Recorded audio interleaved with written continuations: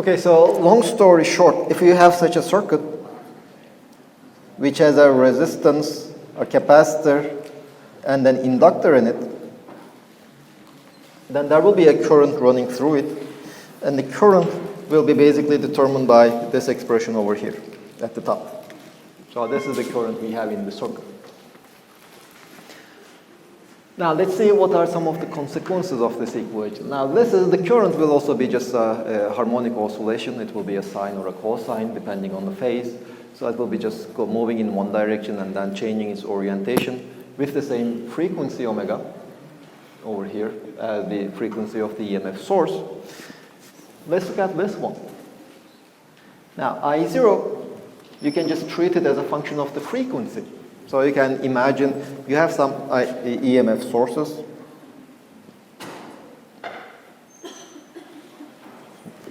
You have the EMF source over here. You can connect various EMF sources with different frequencies, and each one will basically have a different maximum current running through the circuit. This I0 is the maximum current, and if you change omega, you will get a different I0. So you can basically say that this will be a function of omega. The maximum value of I0 will correspond to the minimum value of the impedance. So if the impedance is a minimum, then the current is a maximum. If you look at the expression for the impedance, you see R, this is independent of omega. So there is nothing you can do with this resistance. But if you look at this expression over here, XC was omega C. Now 1 over omega C. XL is omega L. So let's say that you start from a given frequency omega such that omega C is much larger than omega L. But if you increase omega, XC will get smaller and smaller, and XL will get larger and larger.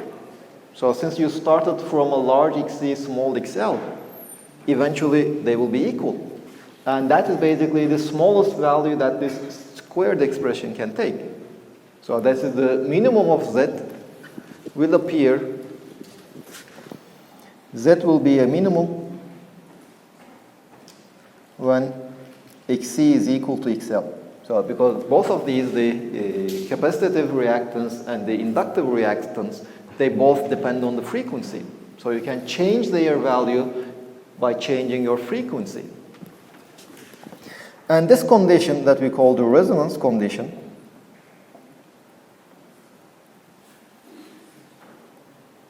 it happens when 1 over omega C is equal to omega L, or omega is equal to 1 over square root of LC.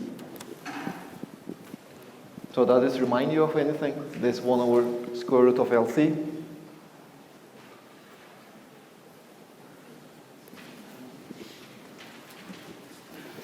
Now if you remember this circuit that we had discussed, no.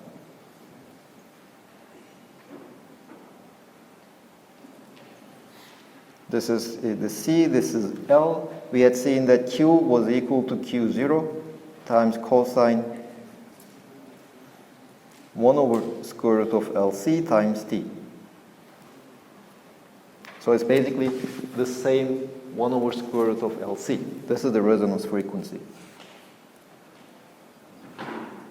Yes, if there is no resistance in the circuit, if there were no resistance and no EMF source driving the circuit, your circuit on its own will be oscillating with this characteristic frequency.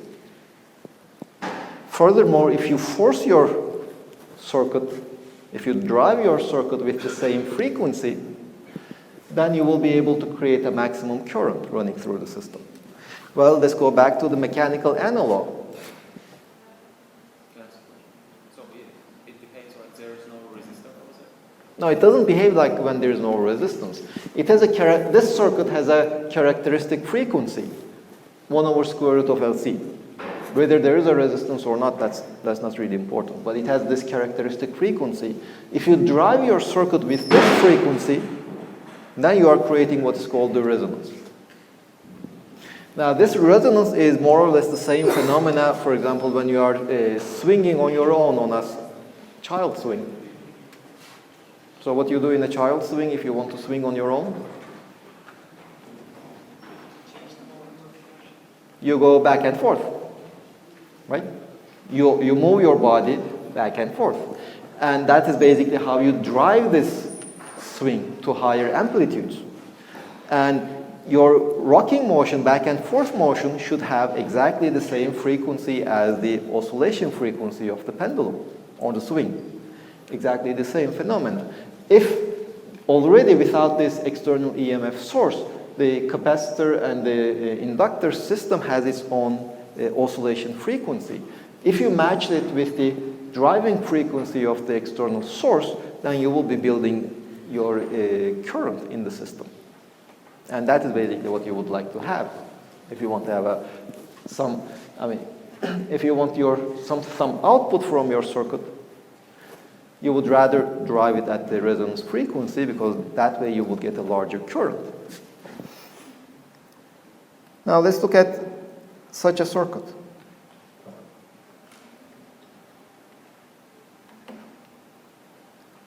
Well, sometimes they attach a capacitor here, sometimes it's just the ground.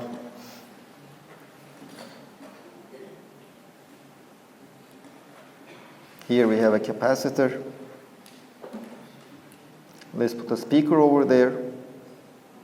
This is your resistance, this is R.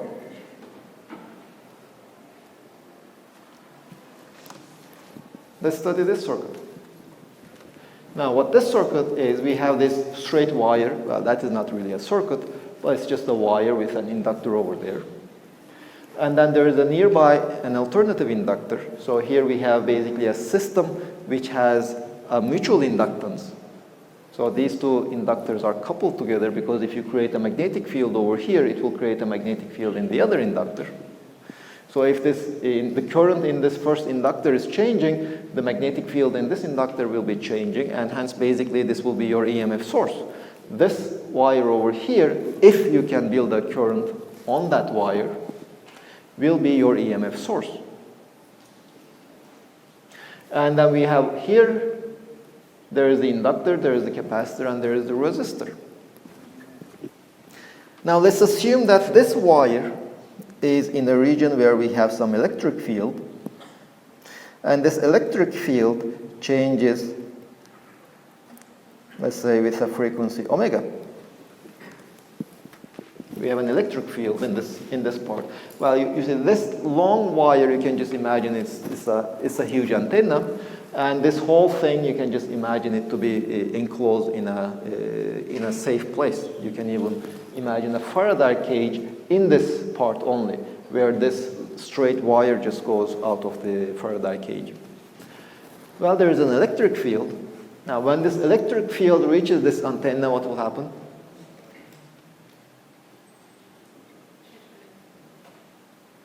It will be pushing the electrons around. Let's say the electric field is oscillating in this direction also, up and down. So it will be pushing the electrons around in this wire. But that means it will be creating a current in this wire. So there will be a current in this wire if there is this changing electric field. And this current in this wire will be oscillating with frequency omega. But this will create an EMF source. EMF source for this secondary circuit.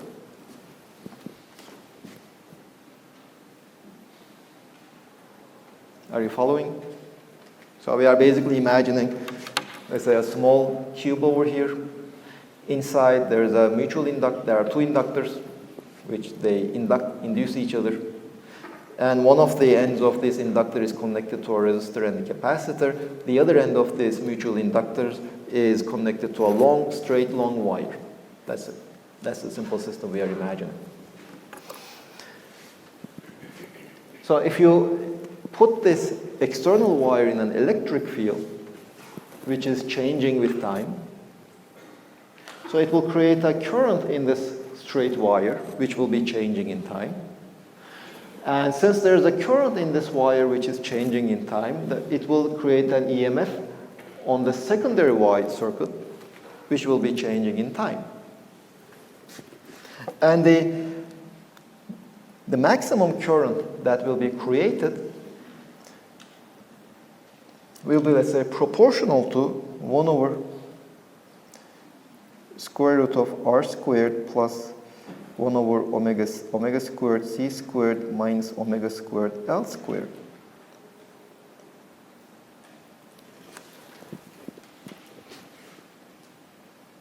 How do we know that it is the maximum current? This is not the maximum current. What we know is this one. Now, if we have such a circuit with an external EMF source, then we know that the current should have this form, where I0, which is the maximum current, because this current is just oscillating. And it's increasing in one direction, stopping, and then decreasing in the same direction, moving in the opposite direction. It's constantly oscillating. But the cosine can take the maximum value of the cosine is 1, so the maximum current will be I0. And this I0 will be dependent on the frequency, on this omega.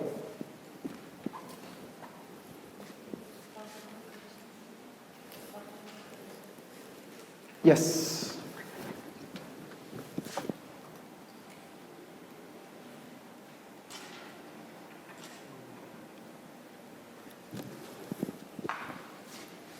Let's also plot this function as a function of the frequency. It will basically have such a shape. This is what's called the resonance frequency. Sorry. When omega is 0, there is no current created.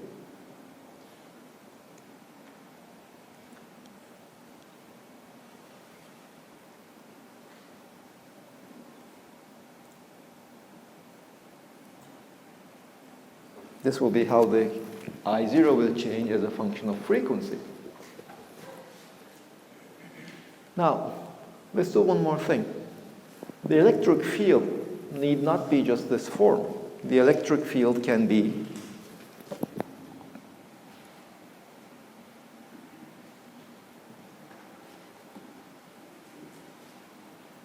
just a superposition, the sum of various frequencies.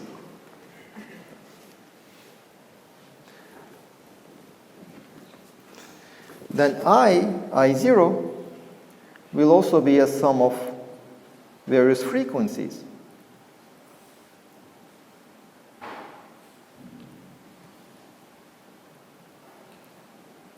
With certain coefficients.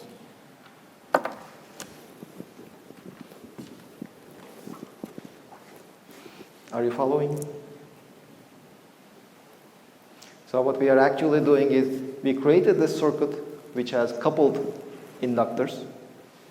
Now, how do you create coupled inductors? Just take one solenoid and wrap another solenoid around it. So that's it. Now, if you send current in one of the inductors, it will induce an EMF in the other inductor.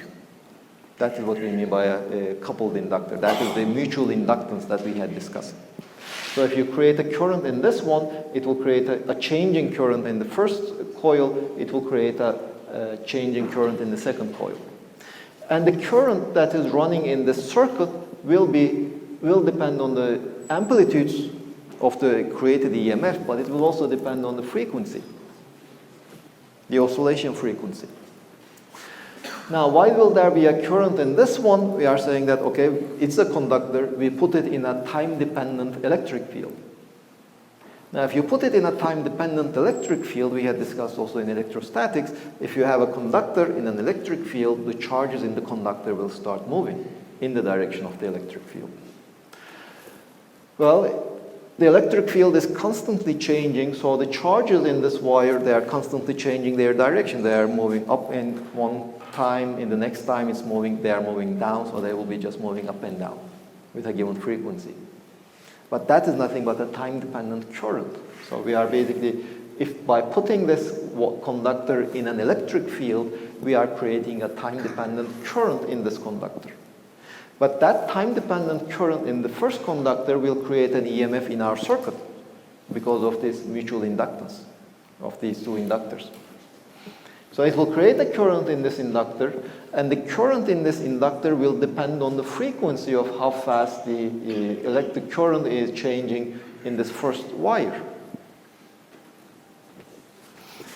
Now you see over here, this function, if the electric field is just a sum of many frequencies, the total current will be also the sum of many different I0s for different frequencies. But if one of the frequencies in the sum, or in the sum of the electric fields,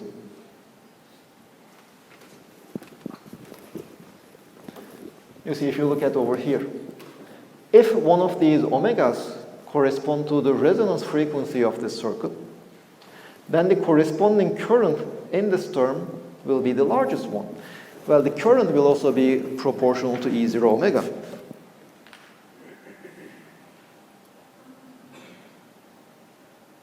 Well, because if the magnitude of the electric field is larger, it will create a larger current. Plus, of course, there will be some other coefficients over here, some other constants. So again, the total current will be just such a sum, but if one of the omegas over here corresponds to the resonance frequency, then that current will be the largest one, whereas the other ones will be negligible. So in this sum, only the resonance frequency will contribute.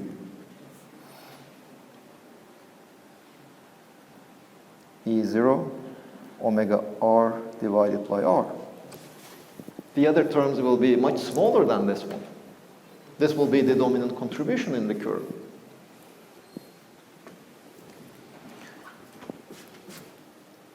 Are you following? Do you understand what's... Okay, so is it clear what we mean by such a superposition of the electric field? So we are just imagining an electric field that is changing in time, but the total electric field will be just a superposition of many different frequencies. Now, if you calculate the current created in this circuit due to this electric field, well, how will this electric field create a current in this one? Well, that electric field will create a current along this antenna. This is our antenna.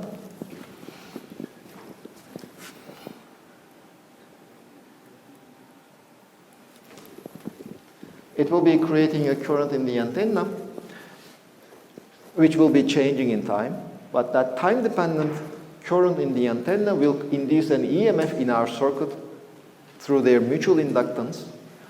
And after that, since there's an EMF induced in this circuit, there will be a current created in my circuit. And the amplitude of that current will depend on the frequency of the oscillation. Well, of course, it will also depend on it will depend on the current created in this one, the amplitude of the current created in this wire, which will depend on the amplitude of the corresponding oscillating electric field. So the total current in my circuit will be the sum over various frequencies that exist in my electric field of the I0 created by each one of those. Now let's come here. Now, is up to this point, are you following? Questions? No? No? Yes? What's the brackets? Some numbers. It will depend on the mutual inductance over here. It will depend on, I don't know, the conductivity of this wire, etc. But that won't change our argument. I don't really care about those numbers for the time being. I won't care about them at all. Now, the total current in this wire will be just sum of the currents created by each one of these components in the electric field. Now, we are summing over various omegas. And you see 1 over this square root over here has this shape. It becomes huge for the resonance frequency, and it becomes very small for the other ones. So if there is a resonance frequency in this sum, it will, let's say, contribute by, let's say, 1 million. Whereas other frequencies will contribute like 1 or 0.1, etc. Because I have the resonance, you see over this peak over here. Why is it that efficient? Why does it have this kind of efficiency? Well, let's look at this functional form. If omega goes to 0, then this term is huge, I0 is 0. Here it is 0. If omega is huge, then this term becomes huge. Again, I0 becomes 0. Let's say if R is 0, let's just take some limit. If R is 0 and omega is equal to omega R, then I0 is infinite. So it's just a very peaked curve. Well, if the resistance is it will never be 0, so it will have a finite value, but nevertheless, when omega is omega R, it will be huge, whereas when omega differs from omega R, it will be negligible. Of course, I will get the contributions from this range. This is the range. In this range, it is very large. Out of that range, it is negligible. And, well, within that range, all of them are more or less equal to this one.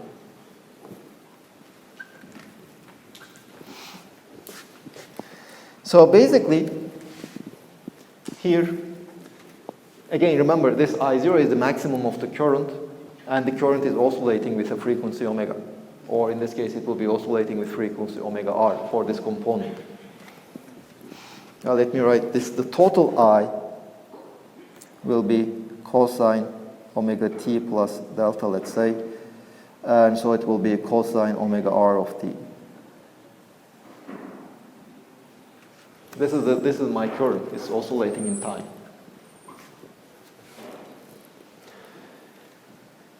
And if you build this circuit, you have actually built your first AM radio. This is nothing but an AM radio.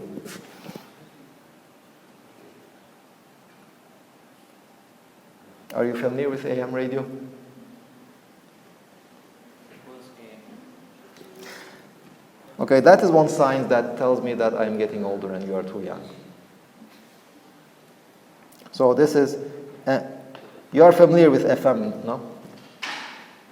Okay. FM means frequency modulation.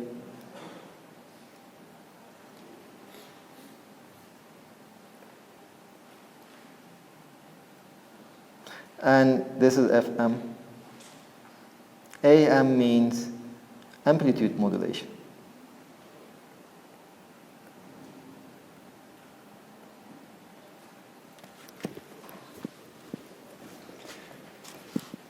Well, I'm afraid that in 10 years I will probably be asking to my students whether they know what a radio is. Now, what does this mean? It's just different technologies used to transmit sound. Now, what is FAM is this one. Suppose this is your sound. This is your sound signal.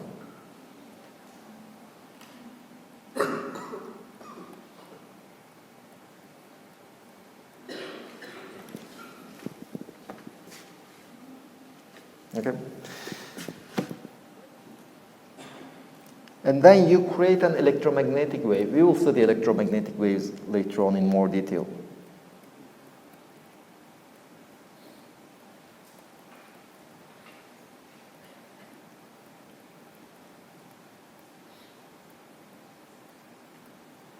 Let's say omega E.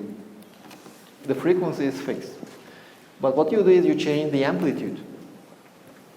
So for example, when your sound has a large amplitude, your frequency has a large, your electromagnetic wave has a large amplitude. Let me just copy this one.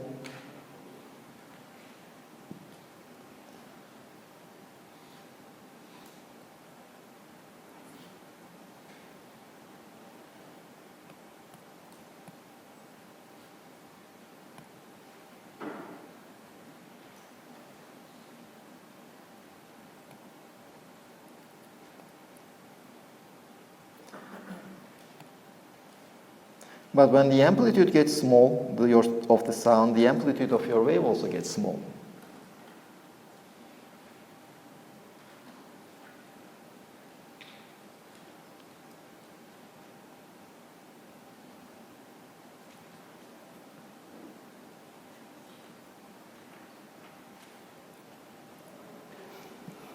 So if you would just remove, let's say, this sound wave,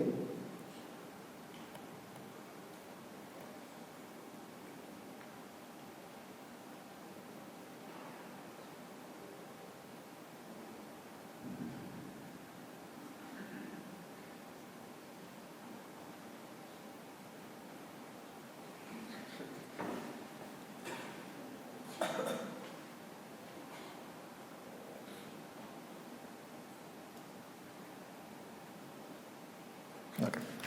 If you imagine that we remove that sound wave, the remaining is what the electromagnetic wave is.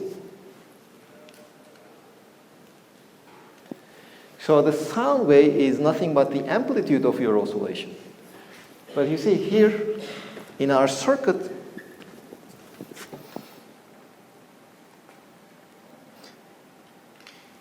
what we had done is we had many electromagnetic waves coming in our direction.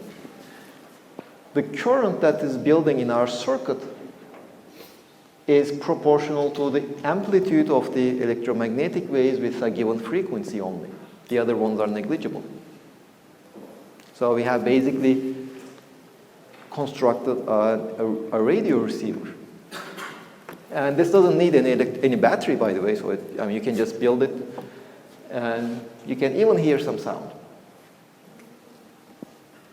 with no batteries. So this is a simple example of a radio receiver. Well, you can construct it the other way around. You can, for example, put an EMF source over here,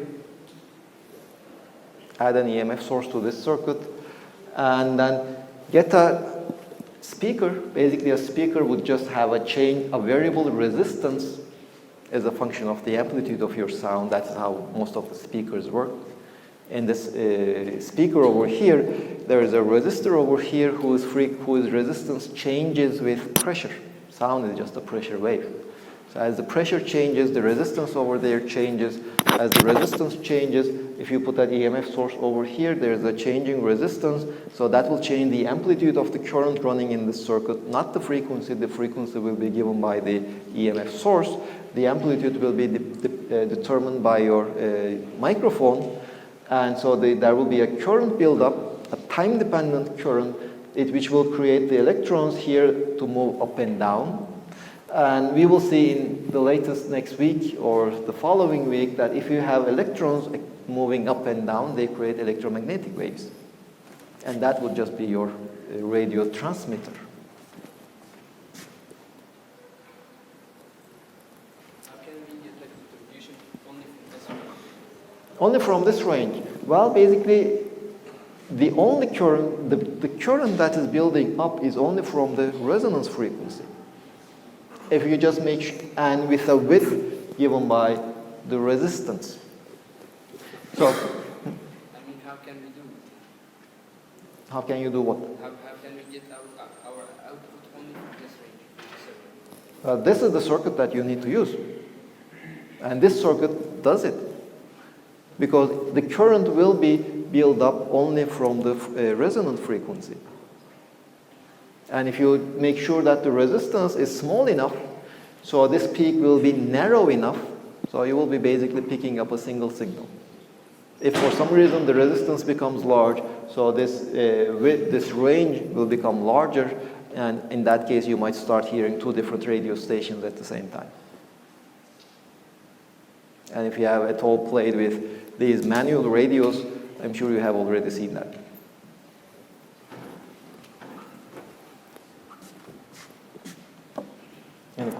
Any other questions? I have a question, not related to this. Okay. But the question is coming in my mind. When we talk, for example, I'm talking here, but you are listening there.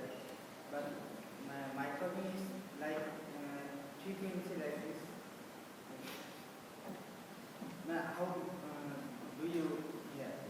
hear? How do I hear? Well, basically what's happening is, how many of you touch their throat when they are talking? Touch your throat as you are talking. It vibrates, right? So that vibration is what's causing the air to vibrate. And those vibrations will come to me as waves. Unfortunately, on 109, we didn't have time to discuss the waves. Now, when that wave arrives in my ear, there's a membrane over there which starts vibrating. And then there's my brain which interprets that as sound. It is possible, for example, it is a closed room. Okay? And our voice cannot go outside this room. Okay. Our voice is enclosed to this room. So, if we, is there any way to reproduce our voice by pressuring or something like that? By pressure or something. Reproduce what? Our voice. For example, we talk. Okay. What I have said now. Okay. Is there any method to repeat my voice again? Because. Well, that's called a recorder, no? But my voice is inside this room. Okay. So. But you see, it will be damped. There will be a lot of resistance that will be colliding with the walls. So after you, if it is not damped, that is what we call the echo. In some places, especially in mountainous places, if you shout, for example, you will hear your voice back at a later time. That is echo. There is not much damping over there. But within this room, they work really hard to eliminate the echo, which just means that when my sound hits the obstacles around, for example, if you look at the ceiling, you have all these the parts of the ceiling with different inclinations. And you have all these gaps where they also put the lights. Plus there's all this cushioning in your chairs. They all absorb my vibrations. So, well, then you will be in a room with lots of echo. And, well, in that case, it will probably be possible to extract your voice, but there will be some damping in the walls, at least. It's not so easy to create a room with zero absorption. If you have ever moved to an empty house, that is a place where there is not much absorption. You hear your echo in an empty room, but that's it. Even that echo just doesn't last long. So that won't be practical. But let's come back to our electromagnetism. Well, I have a question about the radios. If you use a walkie-talkie, and while you're listening, you can transmit. And then I think that's the way how the circuit works. But I don't know if it's true or not. Can two sources transmit at the same frequency? Because I know just one source can be transmitted at a... Well, you have the interferences if two sources transmit at the same frequency. Then the one who is listening will be hearing both of you. But they can't. So. They can.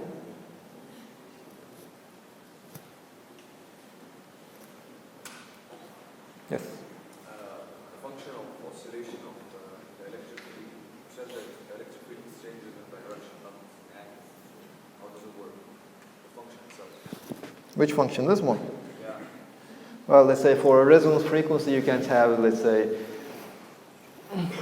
1 Newton per meter, no, 1 Newton per coulomb for resonance frequency. For other frequencies, 0.5 newtons per coulomb. No, I mean the electric field is moving up and down. Direction. There's no angle. So? Why the function isn't like... Why the function? The function itself, the cosine omega. Okay. How does it work in the oscillation? I don't understand the question. You see, just imagine that the electric field is 0 over here, and it can oscillate just like this. Yeah, the angle is from which perspective? This is my question. In real life, for example, in this room, there are electric fields in all directions. But if you are interested in a radio station, it will probably be transmitting in one direction only, most of the time. So how many of you ever used some transistor radios? Not one of these internet radios. They have these antennas. And the quality of the sound changes as you change the direction of the antenna. So if the antenna matches the electric field created by your transmitting station, then you'll get the maximum quality radio. You will be listening to the highest quality. So in this case, here I'm just discussing a simple case where I assume that where I am only taking the component of the electric field along my line. Of course, the orientation can also be different.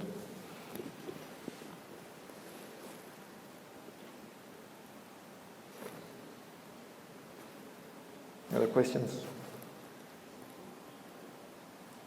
So, if I want to use a radio station, do I need a bigger energy source, or I can use the radio station and the capability itself to give the energy? Well, you see, when you are transmitting the electromagnetic waves, you are giving away energy, and that energy will be distributed all around. And then there is important, the receiver is also important. So if the receiver can receive even very faint signals. Now the problem will be, as you are going away from the transmitter, the strength of your signal will get smaller and smaller. So then there is this question, will your receiver be able to receive that signal or not? Now, if you use a very powerful transmitter, then the signal will be quite powerful for a very long distance. So even a receiver that is not highly sensitive will be able to catch your signal. But even with a very with a very low energy, low power transmitter, you can also build a radio station. But then the range will be smaller. So what is the range that you are interested in? Well, then you have to make your calculation and also what kinds of receiver should be able to receive your signal. And then after that, you have to make sure that your strength of your signal is larger than the lowest frequency, lowest signal that the receiver can detect.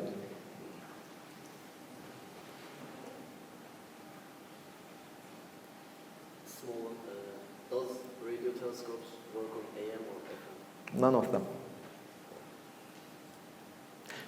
Now we will, ask it when we discuss electromagnetic waves. Now there are the radio waves, which are usually used in this. It's a frequency range that is used in radios.